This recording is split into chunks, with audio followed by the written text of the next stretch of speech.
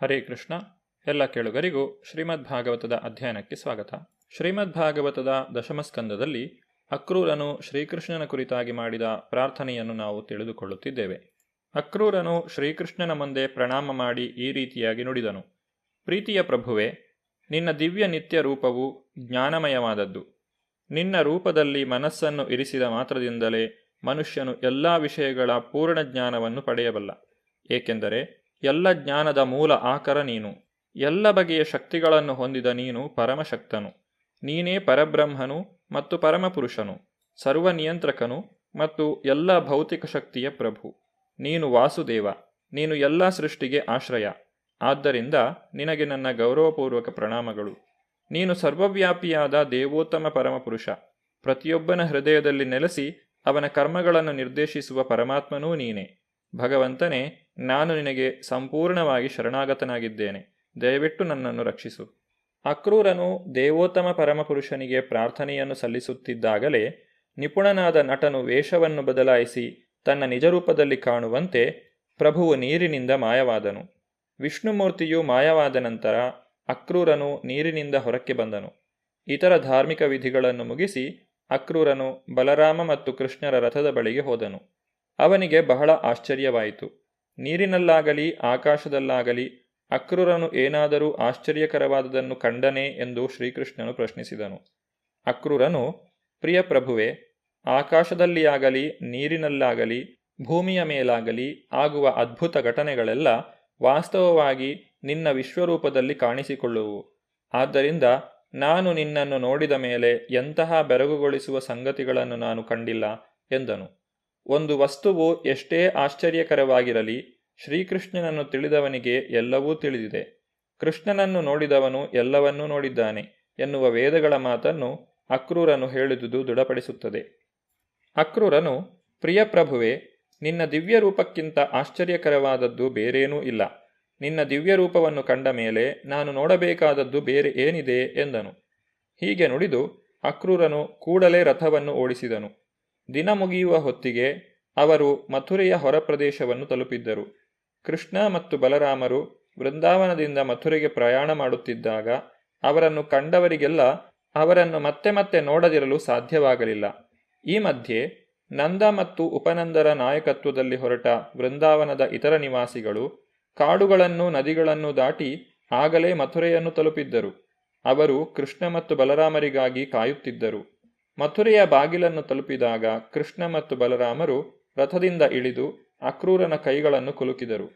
ನೀನು ಈಗ ಮನೆಗೆ ಹೋಗಬಹುದು, ಏಕೆಂದರೆ ನಾವು ನಮ್ಮ ಸಂಗಾತಿಗಳೊಡನೆ ಮಥುರೆಯನ್ನು ಪ್ರವೇಶಿಸುತ್ತೇವೆ ಎಂದು ಕೃಷ್ಣನು ಅಕ್ರೂರನಿಗೆ ಹೇಳಿದನು. ಅಕ್ರೂರನು ಹೀಗೆ ಉತ್ತರಿಸಿದನು: ಪ್ರೀತಿಯ ಪ್ರಭುವೆ, ನಿಮ್ಮನ್ನು ಇಲ್ಲಿಯೇ ಬಿಟ್ಟು ನಾನು ಮಥುರೆಗೆ ಹೋಗಲಾರೆ.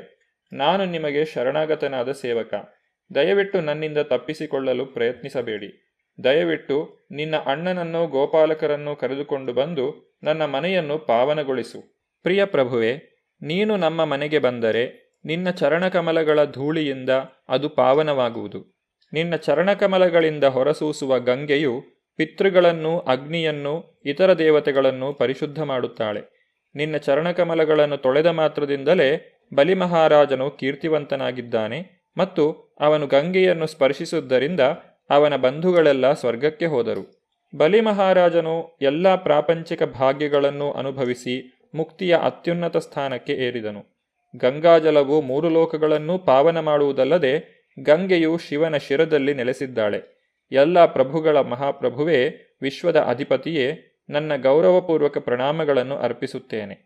ಈ ಮಾತುಗಳನ್ನು ಕೇಳಿ ದೇವೋತ್ತಮ ಪರಮಪುರುಷನಾದ ಶ್ರೀಕೃಷ್ಣನು ಈ ರೀತಿಯಾಗಿ ಉತ್ತರ ಕೊಟ್ಟನು: ಅಕ್ರೂರ, ನಾನು ನನ್ನ ಅಣ್ಣ ಬಲರಾಮನೊಂದಿಗೆ ನಿಶ್ಚಯವಾಗಿಯೂ ನಿನ್ನ ಮನೆಗೆ ಬರುತ್ತೇವೆ. ಆದರೆ ಅದು ಯದುಕುಲವನ್ನು ಕಂಡು ಅಸೂಯೆ ಪಡುವ ಎಲ್ಲ ರಾಕ್ಷಸರನ್ನು ಕೊಂದ ನಂತರ.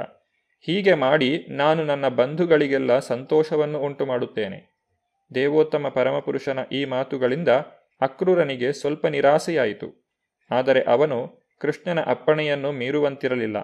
ಆದ್ದರಿಂದ ಅವನು ಮಥುರೆಯನ್ನು ಪ್ರವೇಶಿಸಿ ಕೃಷ್ಣನ ಆಗಮನದ ವಿಷಯವನ್ನು ಕಂಸನಿಗೆ ತಿಳಿಸಿ ಮನೆಗೆ ಹೊರಟು ಹೋದನು.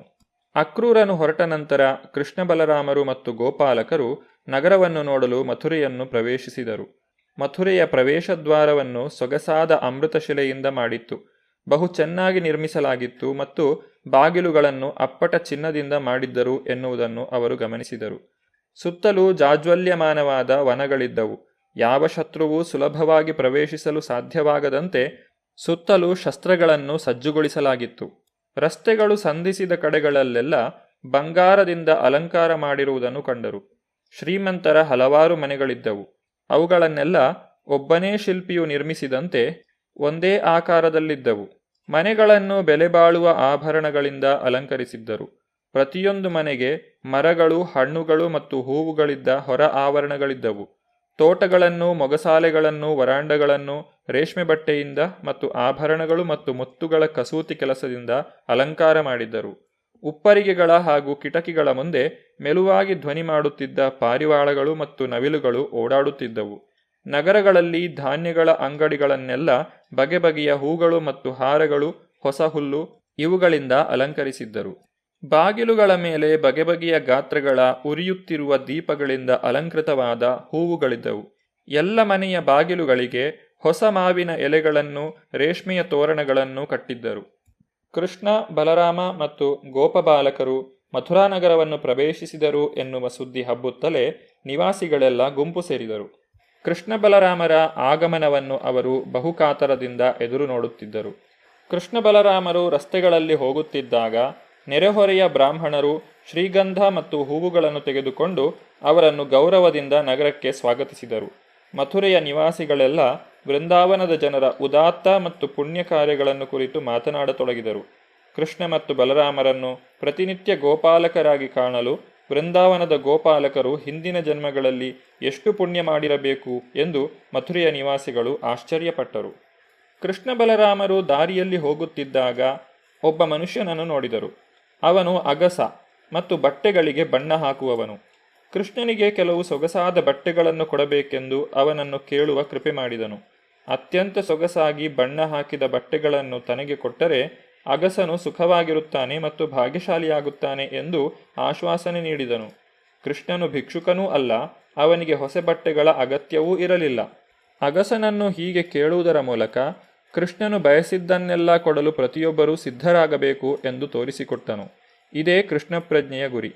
ದುರದೃಷ್ಟವಶಾತ್ ಈ ಅಗಸನು ಕಂಸನ ಸೇವಕ. ಆದ್ದರಿಂದ ದೇವೋತ್ತಮ ಪರಮಪುರುಷನಾದ ಕೃಷ್ಣನ ಕೇಳಿಕೆಯ ಮಹತ್ವವು ಅವನಿಗೆ ಅರ್ಥವಾಗಲಿಲ್ಲ. ಕೆಟ್ಟ ಸಹವಾಸದ ಫಲ ಇದು. ತನಗೆ ಎಲ್ಲ ಭಾಗ್ಯದ ಆಶ್ವಾಸನೆಯನ್ನು ನೀಡಿದ ದೇವೋತ್ತಮ ಪರಮಪುರುಷನಿಗೆ ಅವನು ಕೂಡಲೇ ಬಟ್ಟೆಯನ್ನು ಕೊಟ್ಟು ಬಿಡಬಹುದಾಗಿತ್ತು. ಆದರೆ ಕಂಸನ ಸೇವಕನಾದ ಆ ಪಾಪಿ ರಾಕ್ಷಸನು ಅದನ್ನು ಪಡೆದುಕೊಳ್ಳಲಾರದೆ ಹೋದ. ಸಂತೋಷ ಪಡುವ ಬದಲು ಅವನು ಕೋಪ ಮಾಡಿಕೊಂಡ. ರಾಜನಿಗಾಗಿ ಸಿದ್ಧ ಮಾಡಿದ ಉಡುಪನ್ನು ನೀನು ಹೇಗೆ ಕೇಳುತ್ತೀಯೇ ಎಂದು ಹೇಳಿ ಪ್ರಭುವಿನ ಕೇಳಿಕೆಯನ್ನು ತಿರಸ್ಕರಿಸಿದ. ಅನಂತರ ಅಗಸನು ಕೃಷ್ಣ ಮತ್ತು ಬಲರಾಮರಿಗೆ ಬುದ್ಧಿ ಹೇಳಲು ಪ್ರಾರಂಭಿಸಿದ. ಪ್ರಿಯ ಹುಡುಗರೇ, ಇನ್ನು ಮುಂದೆ ರಾಜನಿಗೆ ಸೇರಿದ ವಸ್ತುಗಳು ಬೇಕೆಂದು ಕೇಳುವಷ್ಟು ತಲಹರಟೆಯನ್ನು ಮಾಡಬೇಡಿ. ಇಲ್ಲವಾದರೆ ಸರಕಾರದ ಜನ ನಿಮಗೆ ಶಿಕ್ಷೆ ಕೊಡುವರು. ನಿಮ್ಮನ್ನು ಬಂಧಿಸಿ ಶಿಕ್ಷೆ ಕೊಡುತ್ತಾರೆ. ನೀವು ತುಂಬ ತೊಂದರೆಗೆ ಸಿಕ್ಕಿಕೊಳ್ಳುತ್ತೀರಿ. ನನಗೆ ಇದರ ಅನುಭವವಿದೆ. ಕಾನೂನಿಗೆ ವಿರುದ್ಧವಾಗಿ ರಾಜನ ಸೊತ್ತನ್ನು ಬಳಸುವ ಯಾರೇ ಆಗಲಿ ರಾಜನಿಂದ ಶಿಕ್ಷೆಗೆ ಒಳಪಡುತ್ತಾರೆ. ಇದನ್ನು ಕೇಳಿ ದೇವಕೀತನಯನಾದ ಶ್ರೀಕೃಷ್ಣನಿಗೆ ಅಗಸನ ವಿಷಯದಲ್ಲಿ ಬಹಳ ಸಿಟ್ಟು ಬಂದಿತು. ತನ್ನ ಮುಂಗೈಯಿಂದ ಪೆಟ್ಟುಕೊಟ್ಟು ಅವನ ರುಂಡವನ್ನು ದೇಹದಿಂದ ಬೇರ್ಪಡಿಸಿದ.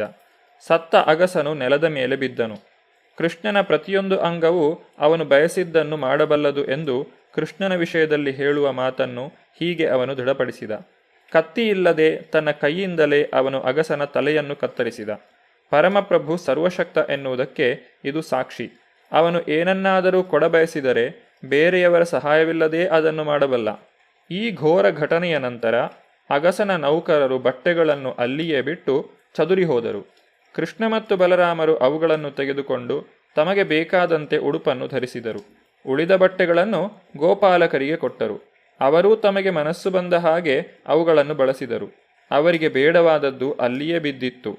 ಅವರು ಮುಂದಕ್ಕೆ ಹೋದರು.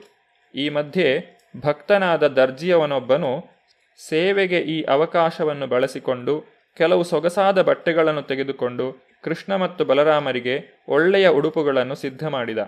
ಹೀಗೆ ಸೊಗಸಾದ ಉಡುಪನ್ನು ತೊಟ್ಟ ಕೃಷ್ಣ ಮತ್ತು ಬಲರಾಮರು ಬಣ್ಣದ ಬಟ್ಟೆಗಳಿಂದ ಅಲಂಕರಿಸಿದ ಆನೆಗಳಂತೆ ಕಂಡರು. ಚಂದ್ರನಿಗೆ ಮೋಡ ಕವಿದ ಒಂದು ಹುಣ್ಣಿಮೆಯ ದಿನ ದರ್ಜಿಯವನ ವಿಷಯದಲ್ಲಿ ಕೃಷ್ಣನಿಗೆ ಬಹಳ ಸಂತೋಷವಾಯಿತು. ಅವನಿಗೆ ಸಾರೂಪ್ಯ ಮುಕ್ತಿಯನ್ನು ಅನುಗ್ರಹಿಸಿದನು. ಹೀಗೆಂದರೆ ದೇಹವನ್ನು ಬಿಟ್ಟ ನಂತರ ದರ್ಜಿಗೆ ಮುಕ್ತಿಯು ದೊರೆಯಿತು. ವೈಕುಂಠಲೋಕಗಳಲ್ಲಿ ಚತುರ್ಭುಜನಾಗಿ ನಾರಾಯಣನ ದೇಹದಂತೆ ದೇಹವನ್ನು ಪಡೆಯುವನು ಎಂದರ್ಥ. ಶ್ರೀಕೃಷ್ಣನ ಮಥುರಾ ಪ್ರವೇಶದ ಕುರಿತಾಗಿ ಇನ್ನಷ್ಟು ವಿಚಾರಗಳನ್ನು ನಾವು ಮುಂದಿನ ಸಂಚಿಕೆಯಲ್ಲಿ ನೋಡೋಣ. ಧನ್ಯವಾದಗಳು. ಹರೇ ಕೃಷ್ಣ.